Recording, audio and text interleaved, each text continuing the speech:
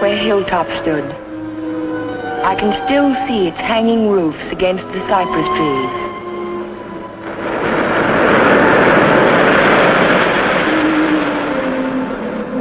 But Hilltop is no more.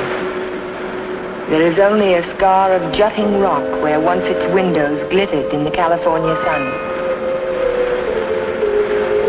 My Aunt Amelia's house still stands next door. I was a welcome guest within its walls, but to me it will always be a house of fear. I was afraid that Sunday morning in September. I was afraid before the doorbell rang.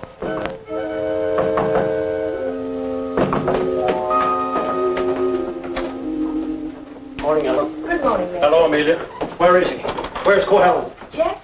Why, what's wrong? It's a wonder you weren't murdered in your bed. Dr. Hartley told me this morning I won't permit him to stay in this house another day. What is it, Major? What's the matter? It's all right. It's all right, Amelia. I'll handle this. Where's his room? It's there, Just but leave this to me. I'll take care of Cohen. Cohen! Cohen! Are you in there?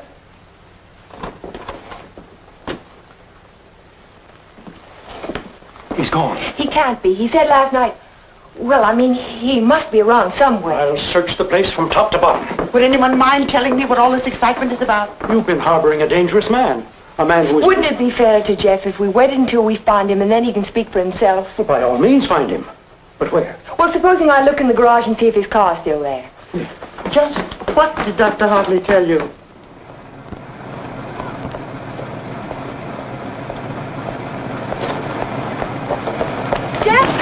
Jeff, are you in there? Jeff! Jeff, are you all right?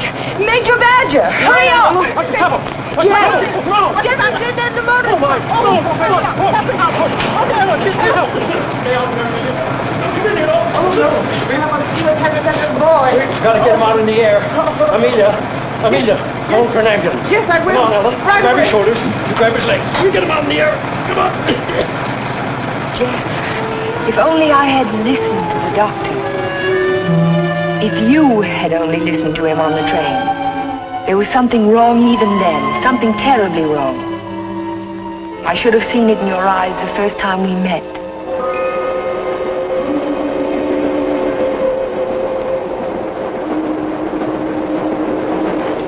Hello, Jeff. Oh, hello, Doc. Patient in Los Angeles, or were you just doing the town? Oh, medical dinner at the Biltmore last night. What have you been up to? I spent a couple of days at the General Hospital. Those dizzy spells again? Nothing serious, I hope. When I need a doctor, I'll come to see you.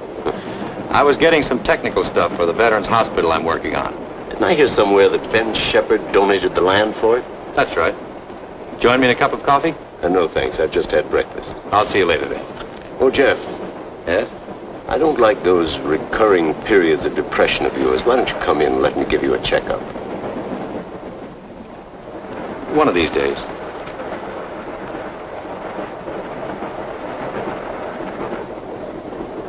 Morning, Elmer. Oh, good morning, sir. How about a little breakfast? You can start me off with some black coffee. Yes, sir. May I? Yes?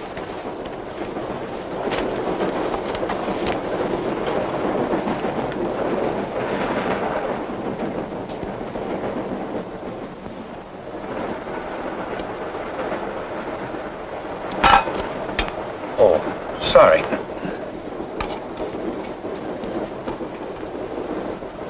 Go ahead, throw it. I'll just save the train from being wrecked. By throwing salt over your shoulder?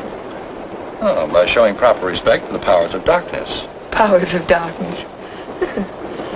What have we here? A disbeliever? Let's see what the tea leaves say about you.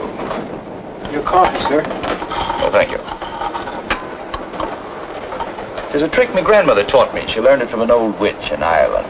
And so you've been drinking coffee ever since? That's beside the point. I see your name scribbled on the bottom of the cup. It starts with an L, doesn't it? It does not. Ah, but it does. The tea leaves never lie. I see it now. L-N. Your name is Ellen. Isn't it? Yes. You'll not be so quick to scoff now, will you? Now, let's see where you're from. I see a large body of water, not so large as an ocean, but the next thing to it. Now, what could that be? Lake Superior. It's the largest lake in America. Then you're from Lake Superior. From Minnesota. Now we'll go into your destination. It's Pine Cliff, of course. You wouldn't be on this train. But where in Pine Cliff? I see here an old woman and the letter A. Now, let me see. The old woman is standing in the garden and she's talking to her neighbor. So you're going to the city, she says. And what train will you be coming back on? Saturday's train, he says. Then you'll have a pleasant companion, she says, for my niece Ellen is coming to visit me and she'll be on Saturday's train. You see, the tea leaves never lie.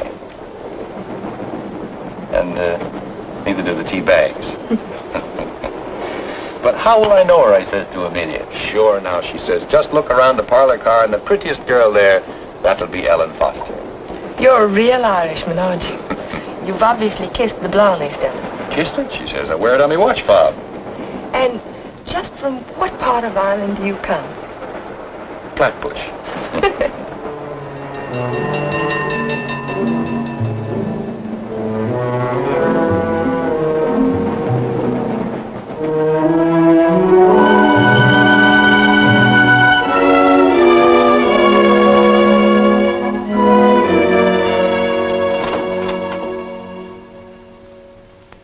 Good morning, Sue. Good morning, Mr. Cohallen. Mr. Shepard here yet? Well, he's in his office. Thank you. I think this would be an ideal site for the beach club, don't you, Keith? Yeah, it certainly would, Ben. Busy, Ben? Oh, come right in, Jeff. Well, we bring the road in here and divide this section into 2-acre lots. Hold out this area for the golf course. Hi. How are you, Ben? Hello, Jeff. How was the trip? Fine, thank you. I bought you a little present while I was in Los Angeles. Found it in an antique shop. Hi, Jeff. Parents? It's a map of an old Spanish land grant. Say, that is an antique. Here's the Ibarra territory. My grandmother's grandfather, he lived right there. That was before California was a state, wasn't it, Ben? It certainly was. I keep forgetting how long your family's lived here. Only since 1820. Really? Come in. Pardon me, Mr. Shepard. What is it, Mac? Well, Sue told me you were in here. Did you take any blueprints with you when you went down to the city? No, why? Why, the rear elevations are missing. They can't be. I put them in a file Thursday. Well, they're not there now. Well, there must be. Come on, I'll help you look for them. See you later, Ben. Thanks for the map, Jeff. Glad you like it. Jeff seems to be getting awfully absent-minded lately, doesn't he? Well, the boy works too hard. Maybe so, but... Say, that's quite a map, isn't it? Oh, it's a beauty. Look, here's our beach. That's the old Spanish name for it, Costa del Rey, the Coast of Kings.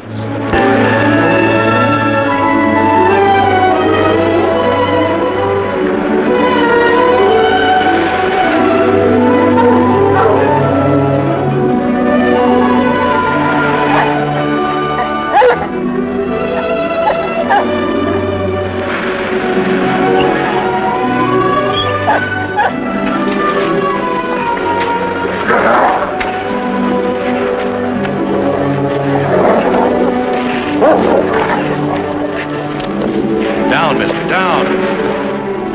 Don't be afraid of him. He won't hurt you. Well, I hope he didn't tear your coat. oh no, it's all right. I don't know what got into him. He never barks at people. He seemed to think I was an intruder. Oh, yes. Of course, that must be it. Is this a private beach? Oh, no. It's just that there was someone who used to sun here beside this rock. Well, I'll forgive him this time. I must say you own a very particular dog. I don't own him exactly. They own me. Shamrock and Mr. O'Grady. Mr. O'Grady? Isn't that an odd name for a German Shepherd? Well, it's Herr von Gradenstein on his papers. I translate it. Well, I guess I ought to go home. I'll walk along with you.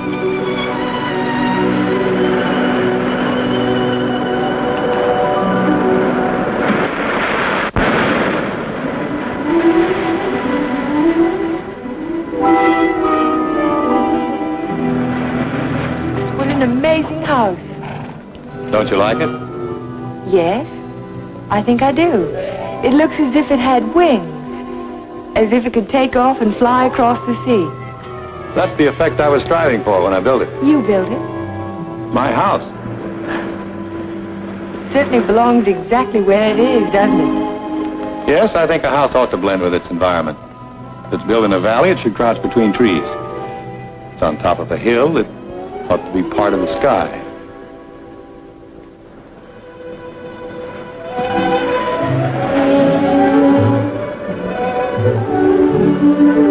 As soon as I put Shamrock up, I'll walk the rest of the way with you. It's nice of you to insist. Isn't it?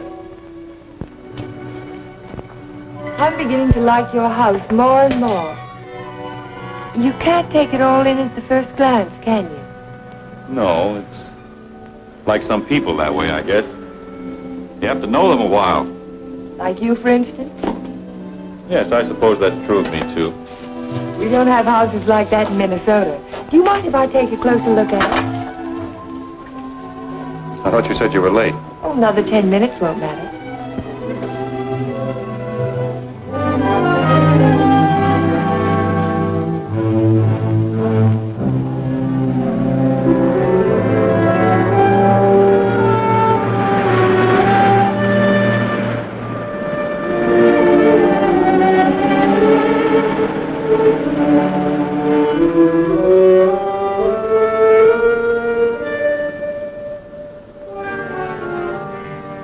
May I go in? Why, of course.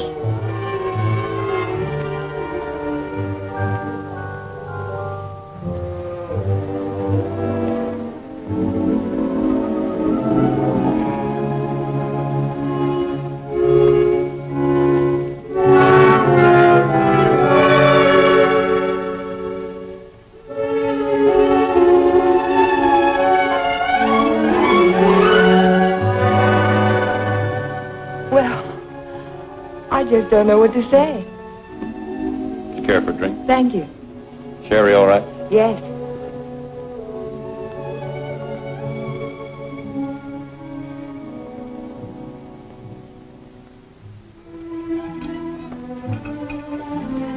What an unusual picture. It's by Del Lopez, the Mexican modernist. Thank you. What's it called? Doesn't have a name. What does it suggest to you? Well, it's not real, but then it's not real either. It might be a garden in a dream. It might be. Or he dreamed of the girl who belonged in the garden. That's pretty good. And then she became more important than the garden, and perhaps that's why she's out of proportion. Perhaps she did. Perhaps that's why a woman gets out of proportion to a man. I really don't know anything about modern art. There isn't anything to know about it. It's like music. Its form doesn't have to copy nature to please the senses. Or does it?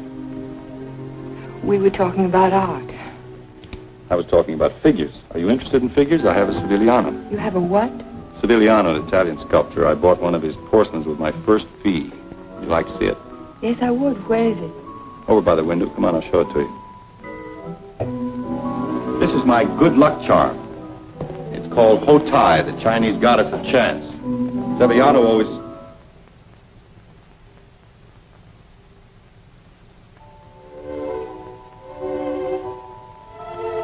Oh, Jeff, I'm terribly sorry.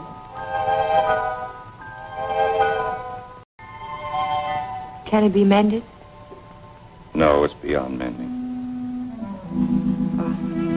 Well, Aunt Amelia may be worrying about me. I suppose I should go home.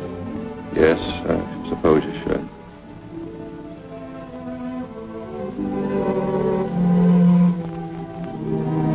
Goodbye.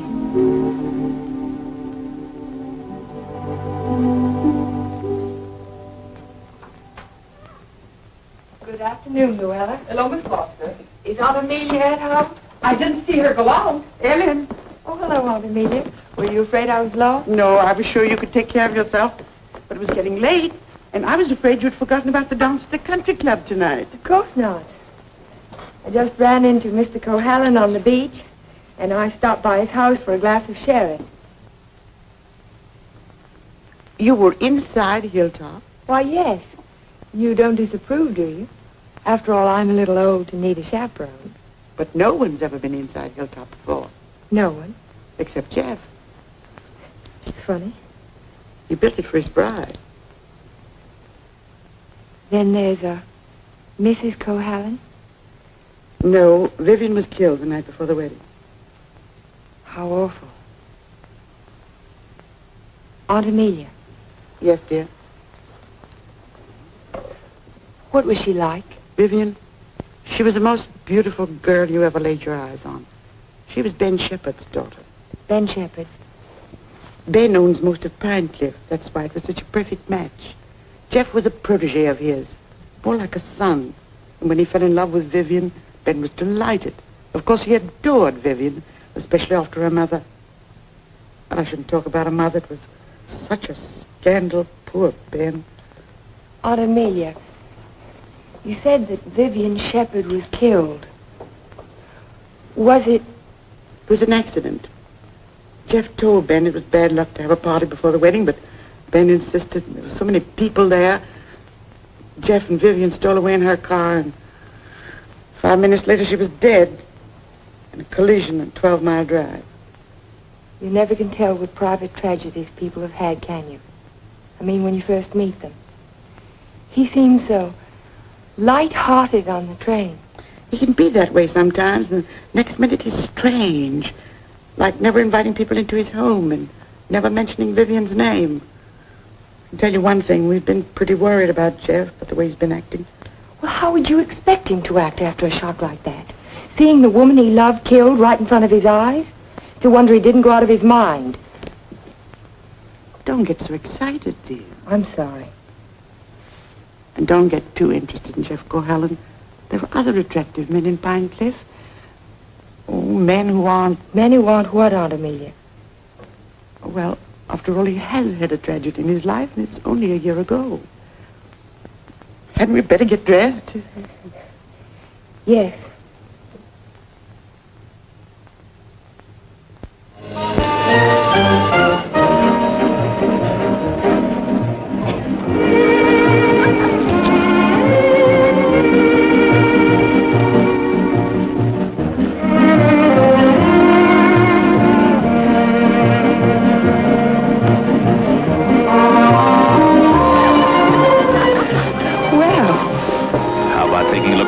Big California mall, huh? I can see it through the window. Yes, what I had in mind was a personally escorted tour. Think of my reputation, Mr. Ferris. But I am thinking of it. A new girl in town seen walking with me in the moonlight while the stag line will give you a rush. I never encourage stag lines. There's no future in them. Well, in that case, we'll sneak out quietly, huh? No, thank you. Thank you, but no. Cold climate, Minnesota. Yes, isn't it? Let's go down to the bar and talk it over. All right. I see you know our local hero. We've met. A charming fellow. Yes, he is. I suppose you'll fall madly in love with him. Everybody else does. Except you, Mr. Ferris. Oh, I think he's just ducky. Did you children enjoy your dance? It was just ducking. Keith, you must sit down and have a drink with us. I thank you. I'd like to. Hello, Amelia. Hello, hello. Welcome home, Dodo. Thank you. Good evening, This is my niece, Ellen Foster. This is Miss Ferris, dear. How do you do? How do you do? And Dr. Hartley. Why, yes, we met on the train. My name is Ferris, too. You, I know. A waltz, Major. Now, you two stay right here and don't you move till we get back.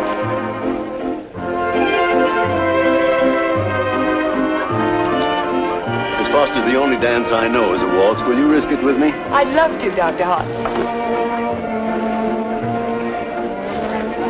And how were things at the separation center? Did you have a good time?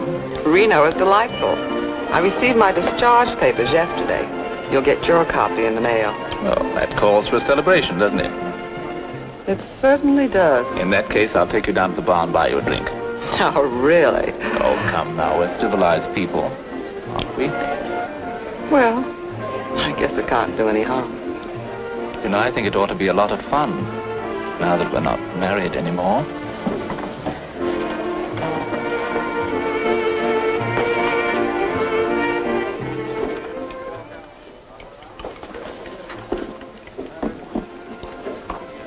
What do you think your chances are? Ben, I built more hospitals in the South Pacific in 1 year than the average architect will see in a lifetime. The only competition I'm worried about is Talbot and Talbot. Huh? Not that I can't compete with them professionally, but they seem to know how to play the political side of it. Well, that won't count here. I hope not. Anyhow, I'm indebted to you for a crack at it. I merely suggested that they invite a local architect to submit plans. Jeff, you're looking pretty seedy. Sure you haven't been working too hard? Well, it's been a pretty hectic week, Ben, but we finished up tonight. Plans are all wrapped and ready for mailing in the morning. Hello, Ben, you old darling. Hello, Dodo. Hello, Jeff. There's an admirer of yours looking for you upstairs. Who's that? A girl by the name of Foster. You seem to have made quite a score. Aren't you speaking to me, Jeff? Certainly, Dodo. How are you? Fine. Our congratulations in order? They certainly are. We're celebrating the new freedom. See you later. Bye. I think I'll go upstairs, Ben. It's getting a little crowded down here.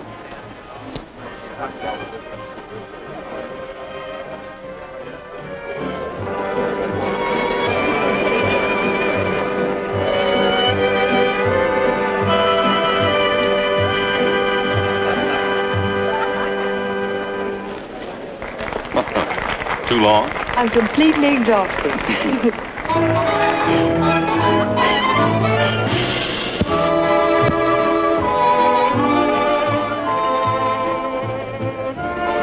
What is that song? Do you know? It's called Don't Forget Me. Oh, I remember. They played it a lot last year. Yes, they played it last fall. Is something the matter? No, I didn't eat my dinner. I guess you shouldn't drink on an empty stomach. Excuse me.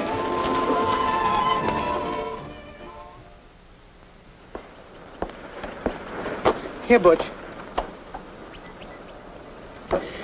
Such a little animal, and yet he's got an appetite as big as mine. Well, Jeff doesn't answer. Oh, maybe he left early. But he looked so worried last night.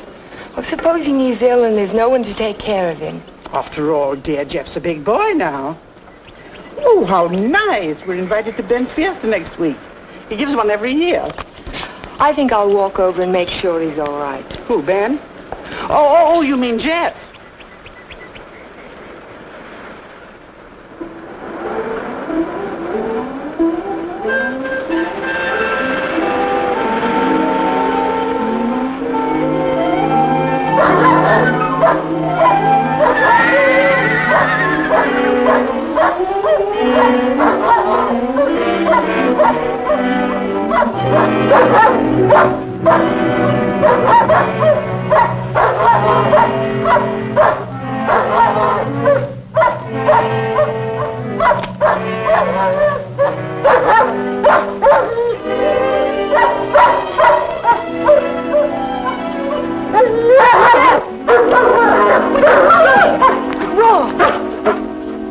Look at his right front leg. It's shattered. Poor Shamrock. I hate to have to destroy him. How did it happen? I don't know. I don't know how it could have happened. You better wait for me outside.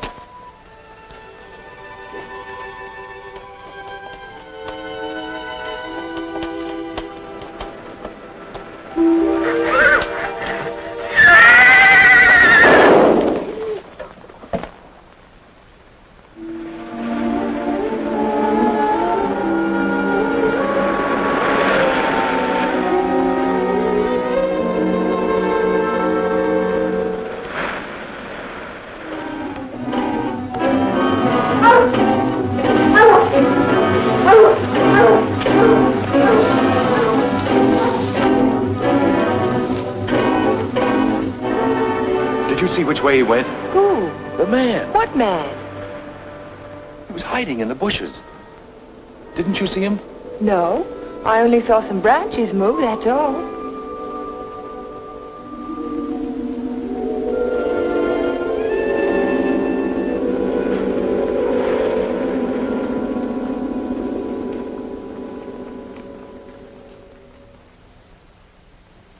I've never seen lovelier roses. What are they called? Matador, I believe. They grow on the bush out on the terrace. Matador? Of course, after the color of the bullfighter's cape. Or the bull's blood. Jeff, I'm so sorry about Shamrock.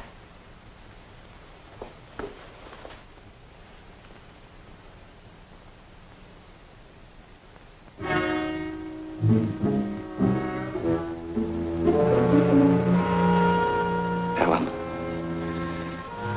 you better go now. You're not safe with me. Do you understand? Suppose I don't want to be safe. Please go now. I'll call you later. All right, Jeff.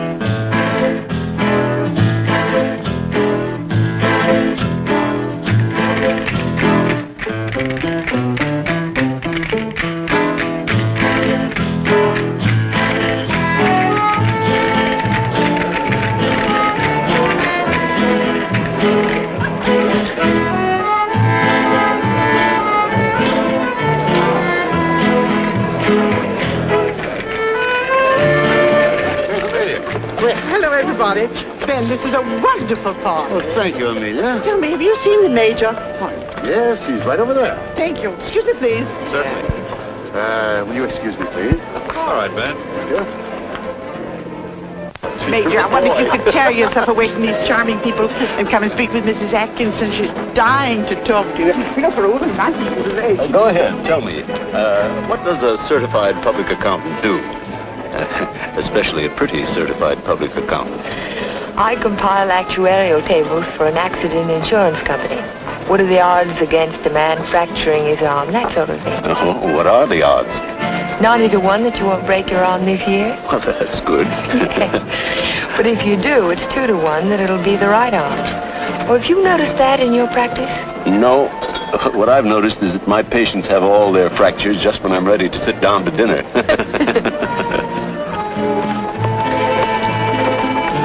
Hey, you. Come here, man. I want to talk to you. Si, senor. Didn't I see you around my place last week? Me? Me, no, senor. I'm sure I saw you hanging around my stable.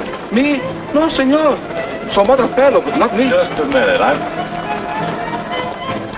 right, go ahead. Well, I wonder what that was all about. Oh, the morning after the dance, I went over to see if Jeff was all right, and there was a prowler behind a bush. Did you see him yourself? No, but Jeff did. Oh. Cigarette? Thank you. Did you ever compile any figures on the incidence of mental diseases for your insurance company? No, they weren't on our list. Interesting subject. Who's sane and who isn't? Hard to tell sometimes. Do you know anything about paranoia? It's a form of hallucination, isn't it? Delusions of persecution. Starts with an inability to withstand stresses. Normal person experiences misfortune, throws it off sooner or later. But if a person is psychotic to begin with, he may start to imagine things.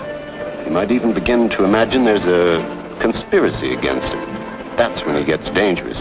Do you have a specific case in mind, Doctor, a person that you're treating? No, it's out of my field. I'm a general practitioner, not a psychiatrist. Senor Doctor. Yeah. Lady call on telephone, very sick.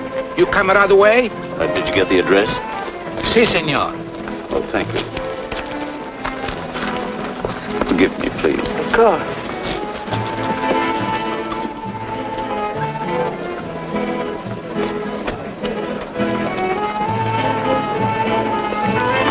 Are you sure, Jeff? Ben, I'm positive it was the same man. Well, I'll talk to him if you want me to, but you know how it is with those fellows. They all look alike if you don't know them. Maybe you're right, Ben. So the guy gets up and he says, Keith, you take a powder. Oh, the guy was bigger than I. What could I do? same thing happened to me, only he wasn't so tall. Oh, I remember all too well. For that evening. Excuse me, honey. I'll be back in a while. Certainly. Because the rest of the committee feel that a local architect should have the job. Ben, may I see you a moment? Surely. Excuse me, Jeff. Certainly.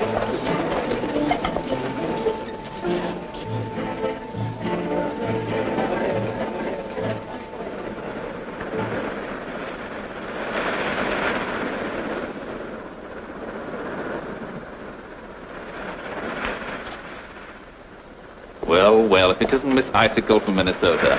Good evening, Mr. Ferris. Call me Keith. It was nice of you to find this secluded spot.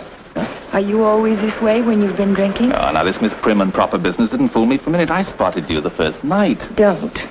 You don't have to pretend, honey. Just relax and enjoy it. Stop it. You kidding?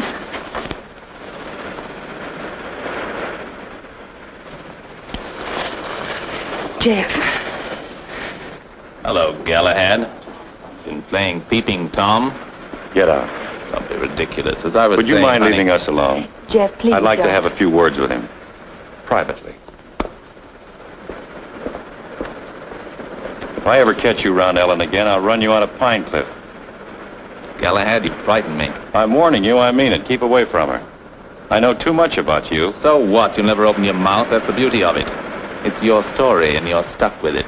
I don't have to open my mouth. I can close yours. What are you two boys arguing about? What does anybody ever argue about? Politics. Oh, politics. Keith, will you do me a favor? Dr. Hartley had to leave on an emergency call. Will you see that Dodo gets home? She has a little headache. I'd be glad to. Ben, don't you think maybe I'd better? Look, I pay her alimony. I'll take her home.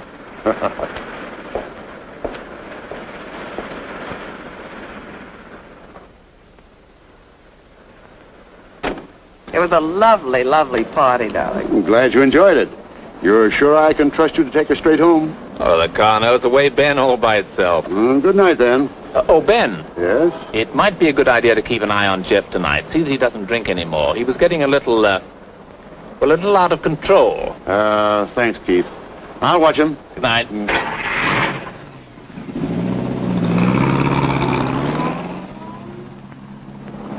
Still cutting the lad's throat, I see. An inch at a time. Every little bit helps. Helps what? Or is it just pure meanness on your part? Don't be stupid. Ben hasn't any heirs, has he? All that money and not even a second cousin. Suppose he should take a notion to leave it all to Cahalan. Where would I be? Out in my ear the day after the will was filed. Well, you don't think he's going to leave it to you, do you? No.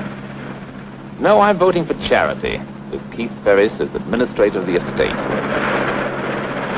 What would you think of a Vivian Shepherd Foundation for something or other?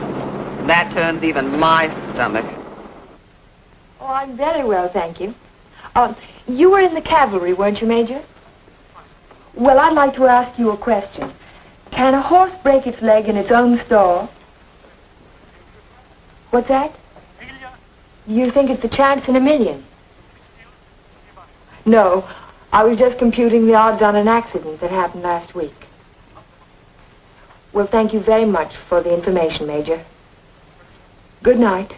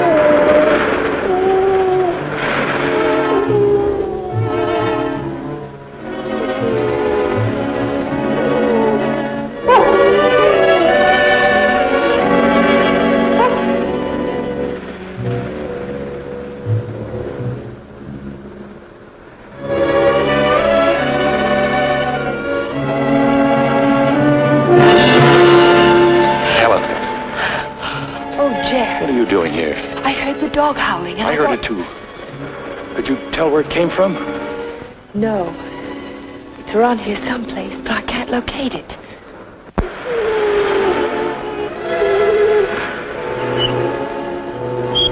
Jeff, listen.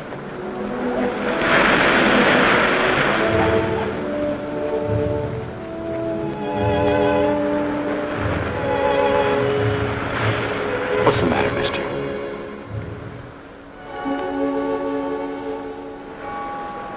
He's gone. Oh, Jeff.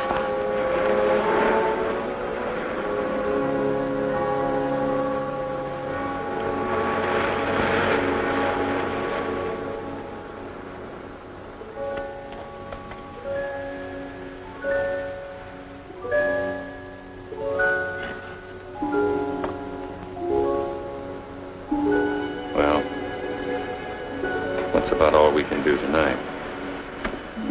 Jeff. I want to talk to you. Well, not now. I'm sorry, I didn't mean to be rude, but I'm just not in the mood for conversation. You have to listen. It's important. Well, let's go up to the house.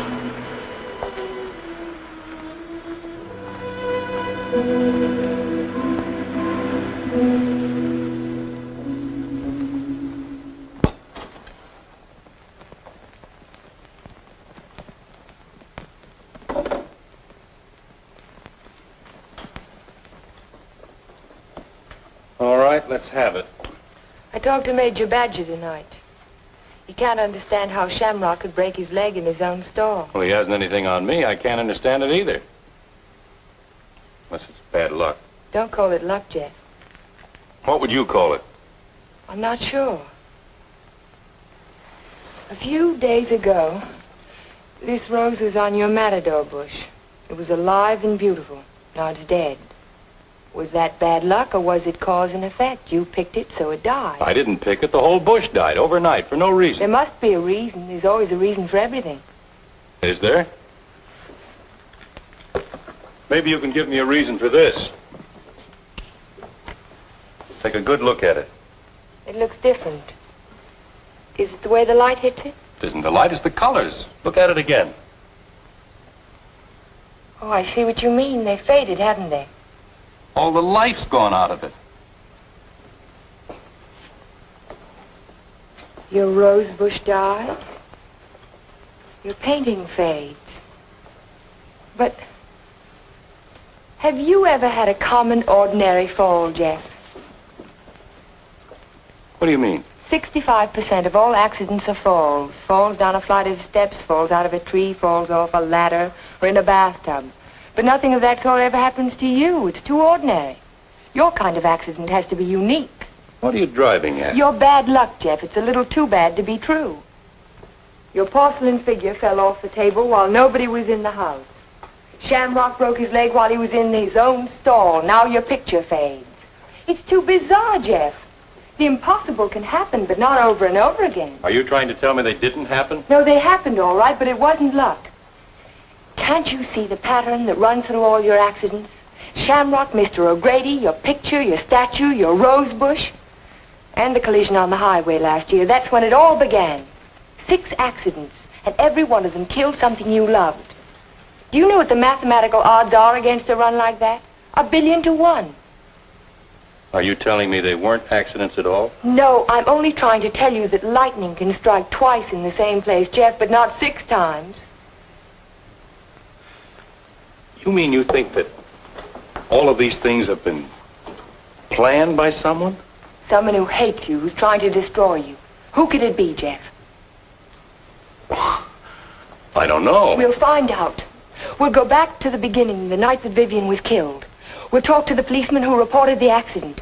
We'll find the garage they took the car to. We'll ask 1,000 questions about the accident and about Vivian. Ellen. We'll start tomorrow morning. We'll look for witnesses. Ellen, wait a minute. Perhaps the ambulance driver will remember something. I'll find him and I'll talk to him. You won't talk to anyone. Well, why? Why won't I? Because I don't want you to. But, Jeff... Listen to me. I don't want you asking questions. I don't want you investigating anything. This is my affair. I'll handle it my own way. I was only trying to help you. Well, now you've let me know where I stand. You don't want any help from me. All right, then, do it your own way. Ellen, listen to me. Just don't let any black cats cross your path. And if you see a horseshoe, pick it up and spit on it and throw it over your shoulder. That ought to take care of everything. Ellen.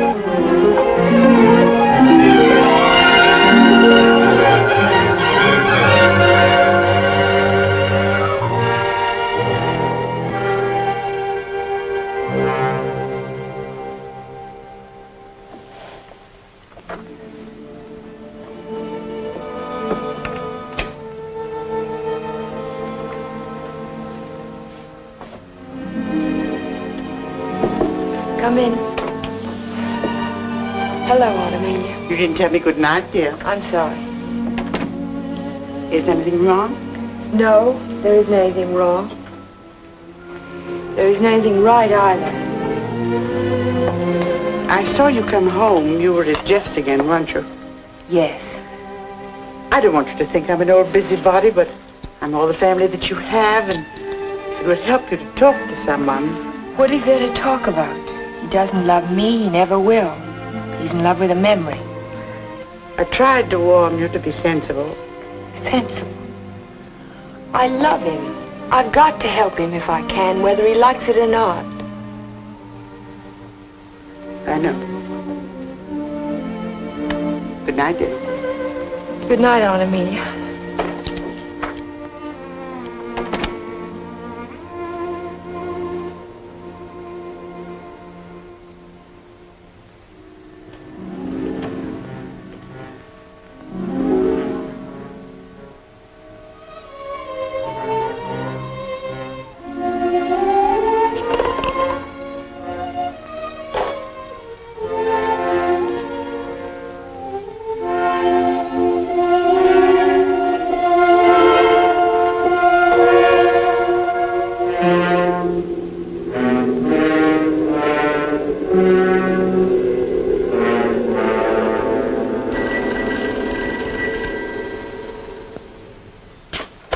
Hello? Hello, Jack. Oh, yes, Ellen.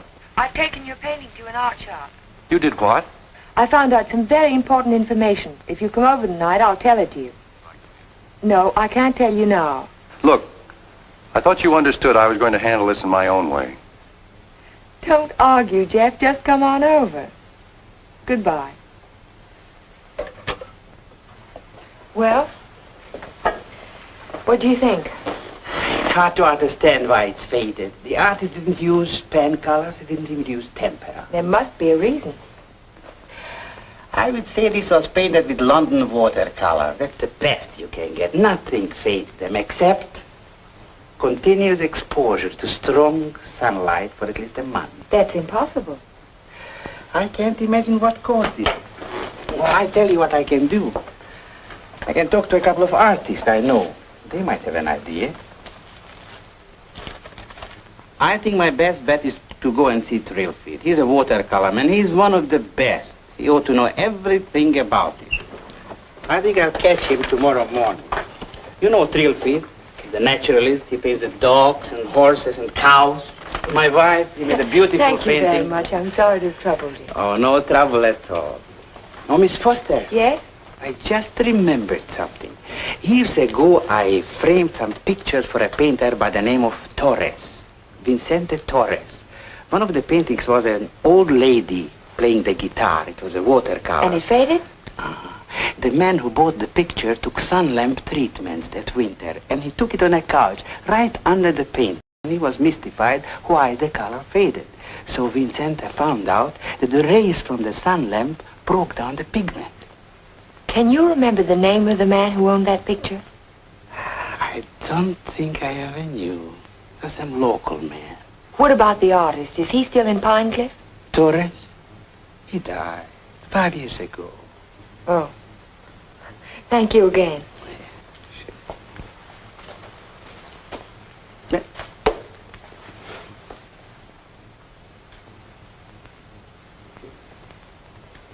Very strange. Have you told anybody else about this? Of course not. But someone in Pine Cliff knows that you can fade the colors out of a painting by turning a sun lamp on it.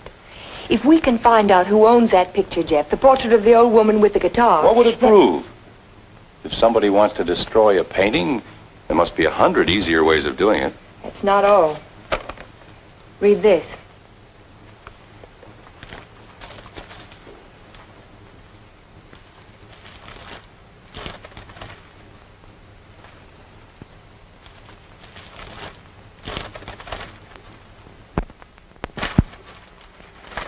Arsenic? In the soil underneath the matador bush, I dug it out this morning. Enough arsenic to burn out the whole root system. It didn't get there by accident, Jeff. Someone put it there. Someone who knows how to poison a rose bush. Or a dog. Or a man's life. Would you really like to help me? You know I would. Then forget it. Forget the whole thing. But there was poison in the root system. The chemist told me. You never saw the chemist. You never heard of a portrait of an old woman with a guitar. Do you understand? No. No, I don't understand.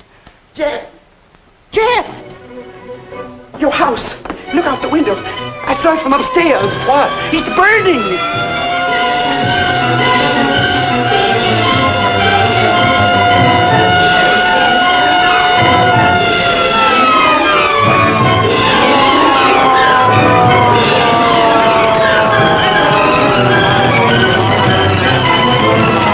Sorry, we won't be able to save much, Mr. Cohallen. The fire's got too big a start. Everybody stand back. Out of the way, please.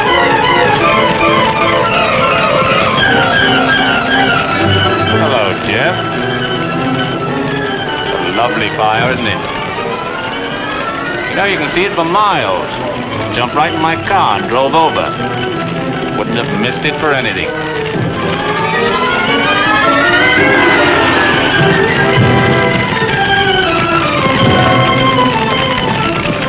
So sorry, Jeff. Such a beautiful house. I'm glad it's gone.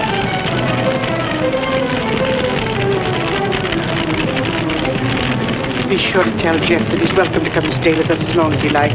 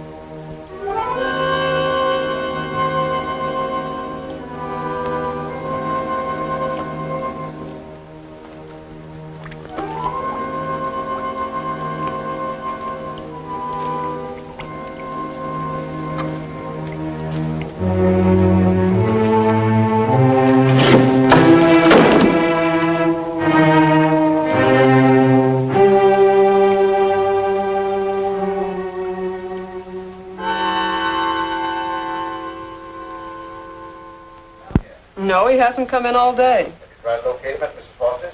Yes, I did, but he left the house early this morning. Well, wait a second. Here he is now. Good, good. Have him come right in. Mr. Shepherd wants to see you. So I hear. He'll be right in. Thank you. He's here now, Stacy. Hello, Ben. I didn't mean to keep you waiting. It's quite all right, Jeff. I'm terribly sorry about what happened last night. I know you are, thanks. I wouldn't bother you about anything today ordinarily, but Mr. Rogers just came to town. Stacy Rogers, chairman of the hospital committee. Oh, of course. How are you, sir? Glad to know you. This is the Jeff Cohallen I recommended to you. Yes, we examined your plans last night, Mr. Cohallen. Good, clean, modern lines. Thank you. I'm sorry we couldn't give you the job. You couldn't, what? I was just about to tell you, Ben. We decided on Talbot and Talbot. You did? Well, this is a surprise, Stacy. Which was it, Mr. Rogers? Politics or stupidity? I beg your pardon. If they'd given it to Magruder or Chesney and Pike, I wouldn't have said a word because I know the boys would have gotten a good, modern hospital.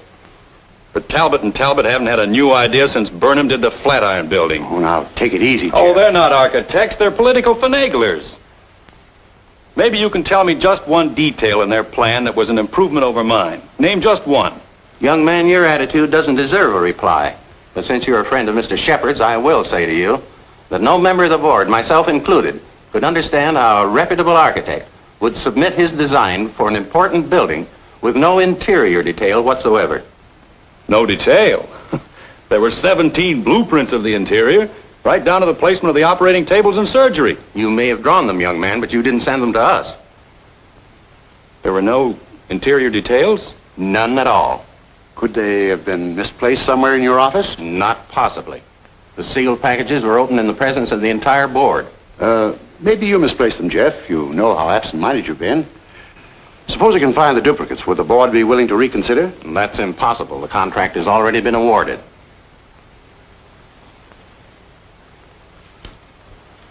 Well, this is quite a shock, Stacy. I felt sure that Cohallen would get this job. Oh, I'm sorry, Ben, but you understand my position. Jeff, you weren't going home without me, were you? Without you?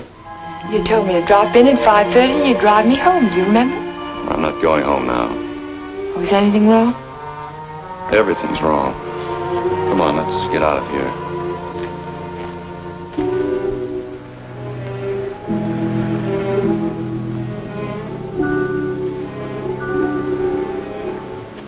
It's dreadful. A whole year's work completely wasted.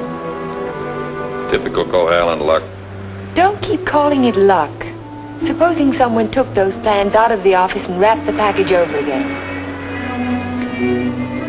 Who'd do a thing like that? Keith would. He hates you. He hates everybody. There's something twisted inside of him. It would take a psychiatrist to explain it. And why does Mr. Shepherd keep him on at the office? He doesn't know what he's like. Dodo must know. She acts as though she's still in love with him. There are women who love men like Keith. Take a psychiatrist to explain that, too. It's getting kind of late. I'd better drive you home.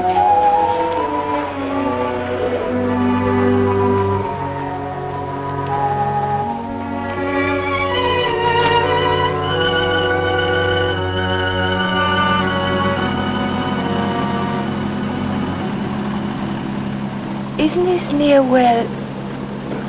What'd you say? Nothing. Drive faster, will you, Jeff? I want to feel the wind in my face. All right.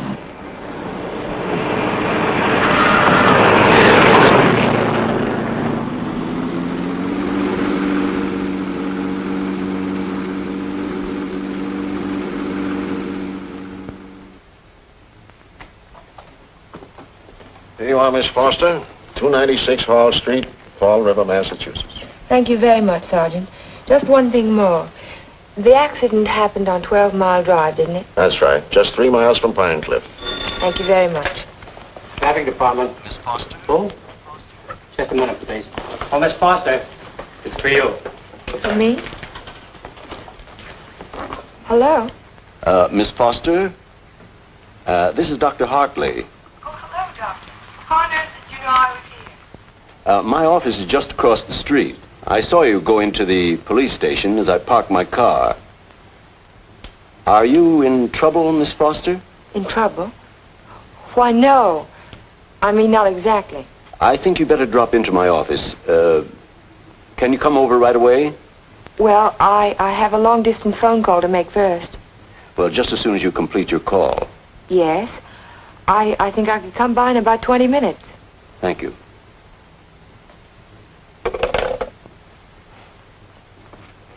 Thank you, Sergeant. That's all right.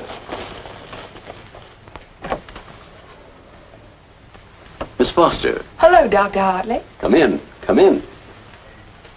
I was startled when you telephoned me at the police station. Well, I'm very glad I spotted you when I did. Why did you ask me if I was in trouble? Well, the fact is, I'm in rather an awkward position. But your aunt is getting along in years, and I didn't want to disturb her unduly, so I thought it best to discuss this matter with you. Sit down, sit down. Thank you. Yes, Doctor? Since I'm your aunt's physician, I feel it's my duty to inform you that she isn't safe. That neither one of you is safe, for that matter. So I wanted to get your permission to speak to your house guest. To ask him to move to a hotel. But I don't understand. What has that to do with my aunt's safety? Yes, I was afraid you'd ask me that. The fact is, you're forcing me to take an unethical action. The man isn't my patient, and even if he were... Whatever it is you're trying to say, Doctor, why don't you just go ahead and say it? Yes, you're quite correct. I'll come to the point. Let me say that I believe your house guest, Mr. Cohallen, is definitely paranoiac. He seems to have all the obvious symptoms of delusions of persecution. If that's true, then you and your aunt are in a hazardous position. Two helpless women in the same house with a man who may become dangerous at any moment. We can't allow it. May I ask you a question, Doctor? Certainly. You speak of delusions of persecution, but... Oh, a delusion is imaginary, a thing that never happened. That's right. But Jeff's dog was poisoned. His house was burned down. That was no delusion. I saw it myself. Did you see the gasoline can? Gasoline can? The gasoline can the police found in the ruins of Hilltop. It was an unusual type of container. Only one store in Pine Cliff sells them. And that store sold such a can to Jeff last Monday. How do you know? The chief of police told me so this morning. But I don't see how. And that isn't all. The body of the dog was disinterred. He died of arsenic poisoning. 2 days after his master brought a package of weed out. Are you trying to tell me that Jeff burned down his own house, that he poisoned his own dog? That's impossible. No man in his right mind... Exactly. No man in his right mind. But why? Why would he do a thing like that? Listen. Listen to this.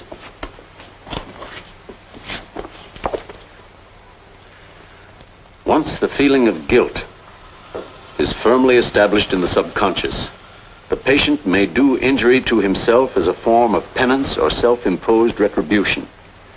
Such actions may be taken without conscious volition and will often disappear entirely from the memory stream, so that the patient is later unaware that his injuries were self-inflicted.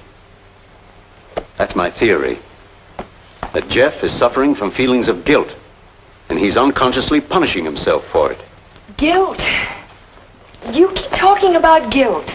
I don't understand you. What is he guilty of? His fiancée was killed in an automobile accident a year ago, and he was at the steering wheel at the time. It would be an unusual man who didn't reproach himself under those circumstances, even if he was blameless. And if he thought he was responsible for the death of the woman he loved, if the thought began to prey on his mind, it's rather an obvious theory, isn't it? Yes. Then I have your permission to speak to him. I'll be as tactful as possible. No, not yet. Not until Friday. Friday? I've got to have time to think about it. I'll be very careful, but promise me you won't speak to him yet. Well, I can't force my opinions on you, Miss Foster, but I must emphasize as strongly as I can that delay can be dangerous. Extremely dangerous. I'll be very, very careful, Dr. Hartley. I hope you will, Miss Foster. Thank you.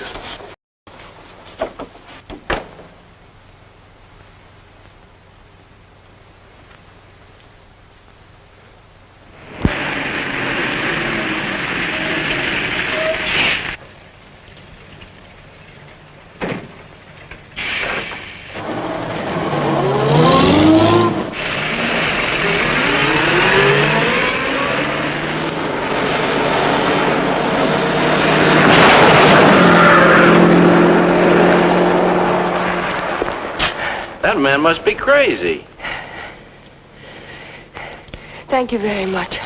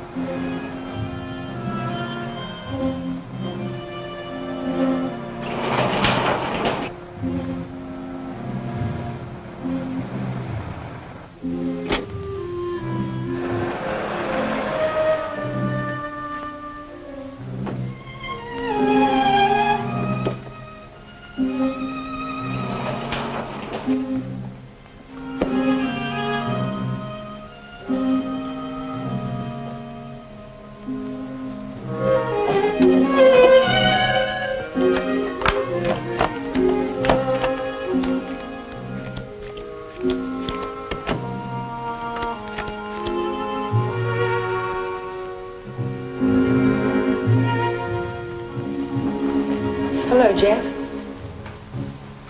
Hello.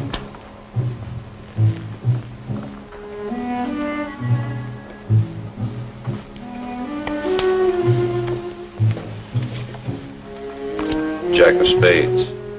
Is that bad luck? Like a black cat? A dead man's card. Oh?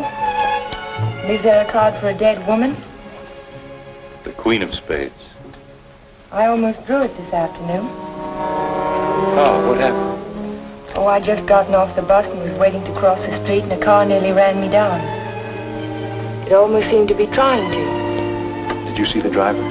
No. I was too busy trying to get out of the way. What kind of a car was it? A green convertible. Like yours.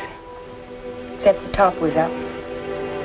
You've got to get out of here, Ellen. You've got to get out of Pine Cliff right away. Why, Jay? Because something else is going to happen. I can feel it. It might happen to you. I'm not going to leave, not now. I'm warning you, Ellen. It's no use, I'm not going. You're asking for trouble. Am I? Then I'll really ask for it.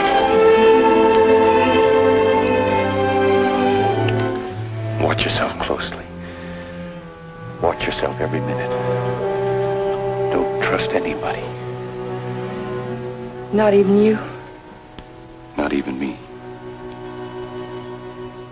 Well, I think I'll go to bed now. Major Badger said he'd come by in the morning and take us to church. You won't forget what I said. You'll be careful. I'll be careful.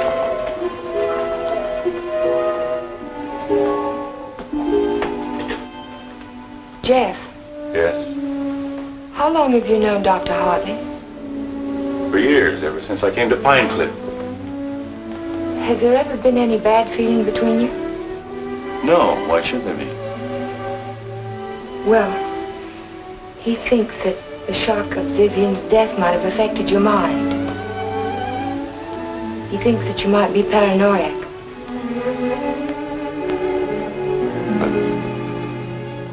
You don't think so, do you?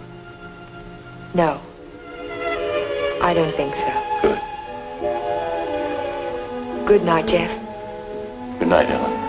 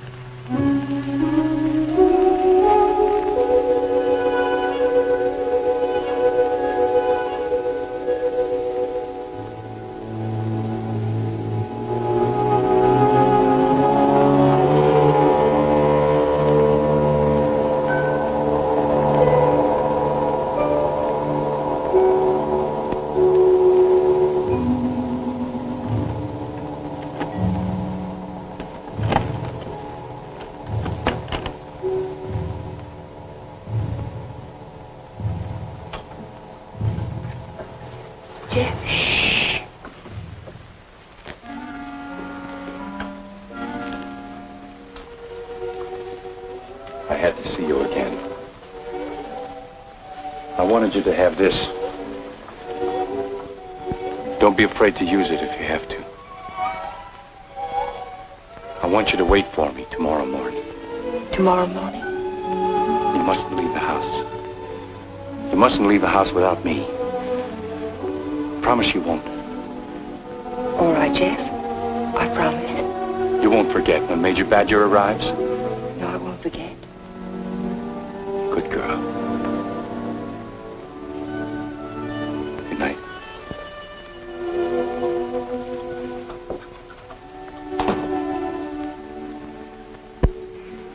We found Jeff early the next morning. I can still smell the fumes of the gasoline as we pulled his body from the car. But somehow it didn't quite ring true. I couldn't believe that Jeff would try to kill himself. No suicide note was found, but the local architect was discovered in the Foster garage with the door closed and his car motor running. He was immediately removed to City Hospital, where latest reports from Dr. Raymond Hartley advised that Cohallen is now definitely out of danger. On the national scene, Congress resumed its discussion of the Morse-Conlon bill today. Labor spokesmen have announced that they will request an amendment guaranteeing... I'd like some more coffee, nurse. With cream and sugar? How did you get by the no visitors sign? I walked right straight past it to ask you a question. Oh, you did? Well, suppose you walk right straight past it again, going the other way. Not till you've answered my question. Would you rather I rang for a nurse?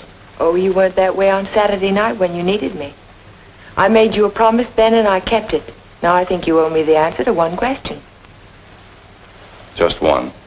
Well, I won't ask you why you came to my room that night. I know the answer to that one. Oh, you do? Certainly. You wanted to make sure that I'd find you on Sunday morning before the motor ran too long. You probably didn't start it until after the major rang the doorbell. You don't miss much, do you? You counted on that, too. You knew that when we couldn't find you in your room, I'd think of looking in the garage, no thank you, to see if your car was still there. You have all the answers, haven't you? All except one. Why did you fill those buckets with gasoline? Fill the buckets? Oh, you saw that, too? Yes. I wasn't filling buckets. I was draining the gas tank. So if you didn't show up in time, the motor would stop running as soon as the gas in the carburetor was gone. But why? Why did you do it? You had your question. Don't be technical. Why did you pretend to commit suicide? When that car almost ran you down Saturday morning, you don't think that was an accident, do you? I couldn't get you to leave town, so I had to give him a different target. Different target? Me. Man doesn't kill my rose bush and my horse and my dog and then stop there. He must want to kill me. I can't wait any longer, not while strange automobiles are trying to run you down on the highway. I've got to force his hand now. I want him to think that it's safe to take a shot at me. Don't you understand? Not quite. I've tried to commit suicide, haven't I? It was on the radio. It says so right here. So what if somebody takes a shot at me now and leaves the gun in my hand? It's an open and shut case, isn't it? The police wouldn't even investigate. So he's free to kill me now if he can. Doesn't have to hit around the edges anymore. But keep away from me. Don't stand too close to the target. Is that why you wanted me to leave Pine Cliff? That's why I want you to go home now and stay there. Lock the doors from the inside. If you have any visitors, don't let Aunt Amelia out of your sight. Don't trust anyone. Where will you be if I want to find you? I don't know, but I have to get out of here. I can't wait for him to make the next move. I've got to get out and go after him. You say the exhibit was in 1939? The summer of 39. I ought to have that catalog somewhere.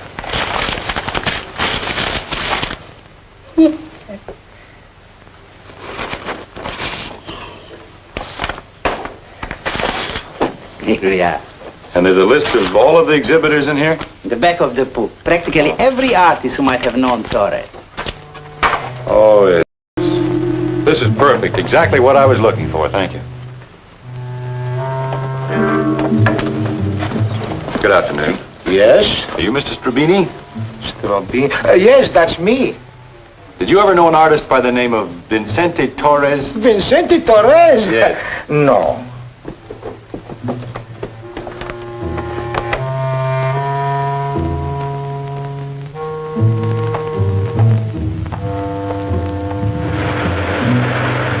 Vincente Torres? Certainly I knew him well. Watercolor man. No sense of depth. Do you recall a painting he did, a portrait of an old woman with a guitar? An old woman with a guitar? Don't believe I ever saw it.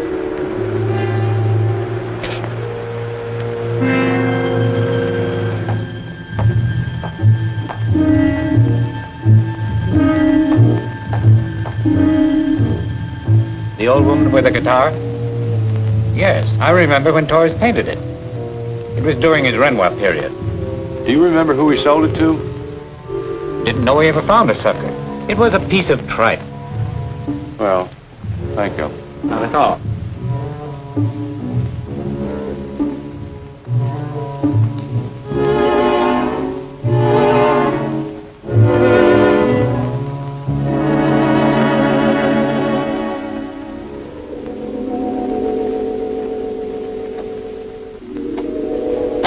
Why, Mr. Cohallen, Hello, Sue. you had a few phone calls. Anything important? I don't think so. A man named Carter called. Said he was a friend of an artist that you knew. The name sounded like Boris. Was it Torres? Could be. Did he leave a number? No. He said he'd call back around 6.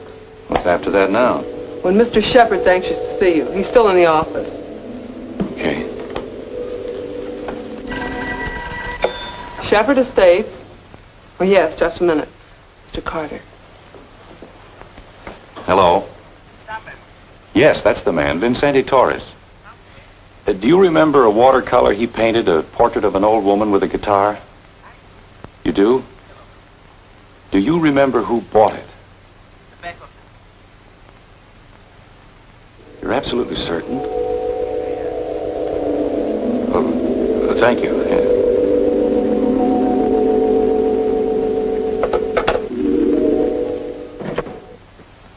Oh, you're just the man I've been looking for. They wouldn't let me in the hospital, and you seem to have disappeared since you got out.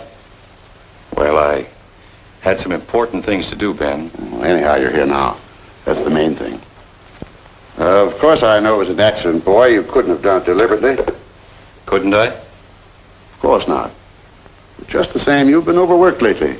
You're looking all fagged out. It's time you took a rest. Yes, I could use a rest. A nice long rest. It's just what I had in mind. As a matter of fact, I'm tired myself. That's why I'm thinking of taking a trip. See something of the world before I get too old. Sounds like a fine idea, Ben. It'd be a good idea for you too, Jeff. Why don't you come along with me? The two of us could have a pleasant time together. Leave all our worries behind and take things easy for a while. What kind of a trip were you thinking of, Ben? Oh, I haven't made up my mind. Where would you like to go? Oh, an ocean voyage might be nice. If the ship had a low rail and a long drop to the water. Or Niagara Falls might be handy, or the top of the Empire State Building. Don't talk like that, Jeff. Don't even think of such things. I wasn't thinking of suicide, Ben. I don't expect to jump. I expect to be pushed. You're crazy, Jeff. You're talking like a paranoiac. Where did you get that word, Ben? Did you read it in a book, complete with all the symptoms? I'm only trying to help you, but if you're going to take this... Sit down, Ben. Sit down and listen. You had all the tools to work with, didn't you? Your ranch hands who think you're a king will do anything you tell them to. I was out your place yesterday, Ben, looking for Pedro. They told me he didn't work for you anymore. He hadn't since the day after my house burned down. You let him go, didn't you? After he'd done his job. I'm beginning to think the doctor's right. I'm beginning to believe you do have delusions of persecution. Paranoia, Ben. You learned the word. Use it. When did you first plant the idea in Hartley's mind? Did you say, I'm a little worried about Jeff? and tap your finger on your forehead? Jeff, I'm not going to talk to you any longer. You're not in your right. Not while you're in your present mood. I wouldn't do that if I were you. You haven't answered my questions, Ben. Are they too difficult? Let's see if you can answer an easy one. Whatever happened to that painting that used to hang in your living room, the portrait of an old woman with a guitar? Wasn't in the living room. It was in my study. Why? When did you get rid of it, Ben? After it faded? After you found out what a sun lamp can do to a watercolor? You want to know who put me on your trail? You did yourself. When you tried to convince me I couldn't trust my memory anymore. I hate to say this, Jeff, but you can't trust your mind anymore. Can't I? I made a written list the night I wrapped the hospital plans to make sure nothing was left out. And 17 blueprints were missing when the package was opened by the state board. No one could have tampered with that package but you. No one else knew it would be on my desk overnight. I didn't know anything. Yes, you did. I told you. At the country club. You wanted to destroy my faith in my work, didn't you? It was the only thing I had left. Oh, Jeff, this is ridiculous. That's what I thought at the beginning. But once I began to suspect you, it all fitted together. I even remembered that your foreman was in the store the day I bought the can of gasoline. That gave you an idea, didn't it? Yes. It gave me an idea. How do you like your own medicine? How do you like waking up every morning wishing you were dead? Then you don't deny it anymore. No. I'm glad you found out. Because you can't do anything about it. Go tell somebody I poisoned your dog. Go say I burned down your house. You know what they'll think, don't you?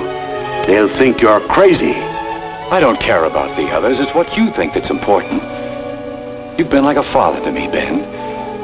In a funny kind of way, you still are. What made you change? What made you start to hate me? Was it Vivian? You killed her. I did everything for you that one man can do for another. And how did you repay me? You murdered her. Not murder, Ben. Not murder. A drunken man at the wheel of an automobile. What is he if he isn't a murderer? Go in there. No, get out of here. Can't go in there. No. Ellen, what are you doing? Jeff. Mr. Shepherd, this is Mr. Nelson of Fall River, Massachusetts. Last year he was driving through California, and when he reached Pine Cliff, he had an accident on 12 Mile Drive. Is this the man who was driving the car in which the girl was killed? Well, you said not to say anything when you paid my damages. Go ahead, answer. No. No, it wasn't. It was that fella back there.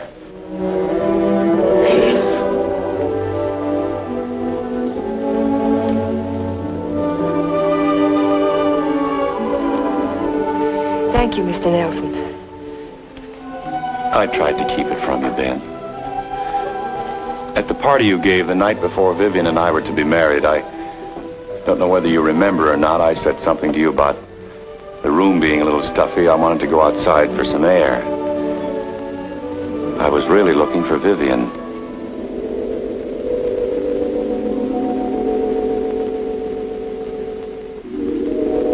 I found her, all right. I heard them talking to each other. It wasn't anything new, Ben. It had been going on for years. All the time I was overseas. He was telling her why he'd never marry her. He couldn't. Dodo wouldn't give him a divorce. So she said, we'll run away without a divorce.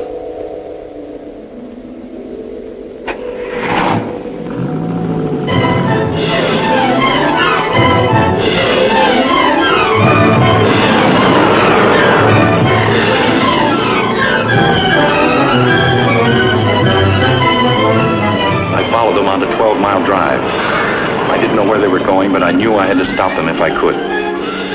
He was going as fast as the curving road would let him.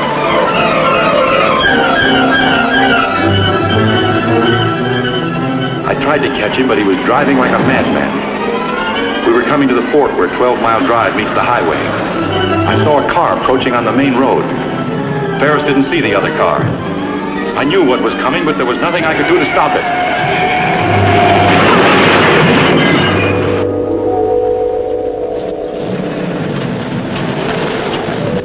I jumped out of my car and ran toward the wreck.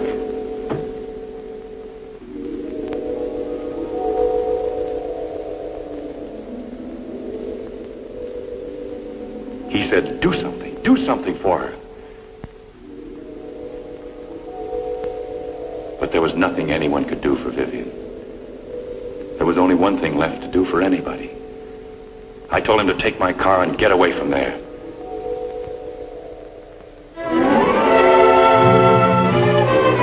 I didn't want you to find out how she died, Ben. Or what she was really like.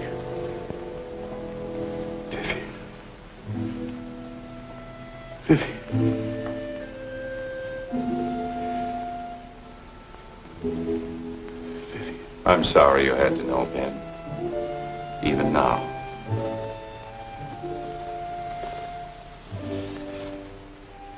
Vivian, I always gave you everything you wanted from the time you were a little girl. You were all I had after your mother ran away. She was no good. I never told you that, did I? Your mother was no good. Now you want to run away, too. You're just like her. The same bad blood. Jeff, he thinks I know. I won't go through that again. I'll kill you first. I'll kill both of us. My shoulder. Ben, put down that gun. Put it down. She ran away. She ran away from me. Call Dr. Hartley. Well, you finally fixed me with the old man, didn't you? But you'll never get any of his money now. He's as nutty as a squirrel. Now get out of here. Get out of Pine Cliff. If I ever see you again, I'll kill you. Dr. Hartley, this is Ellen Foster. Will you come over to Mr. Shepard's office right away? Yes, it's urgent. Thank you. It's all right, Ben. Everything's going to be all right. Vivi.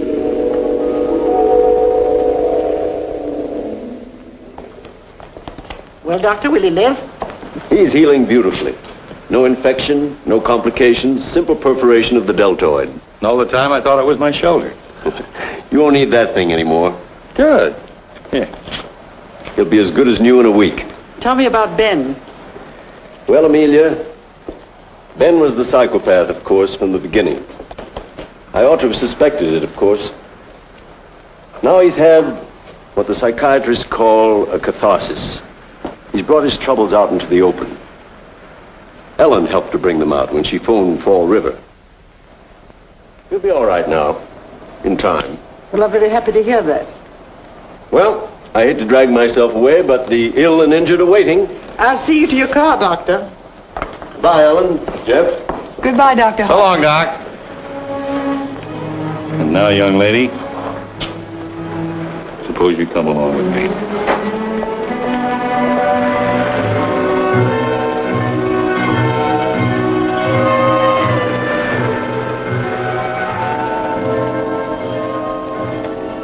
Ellen.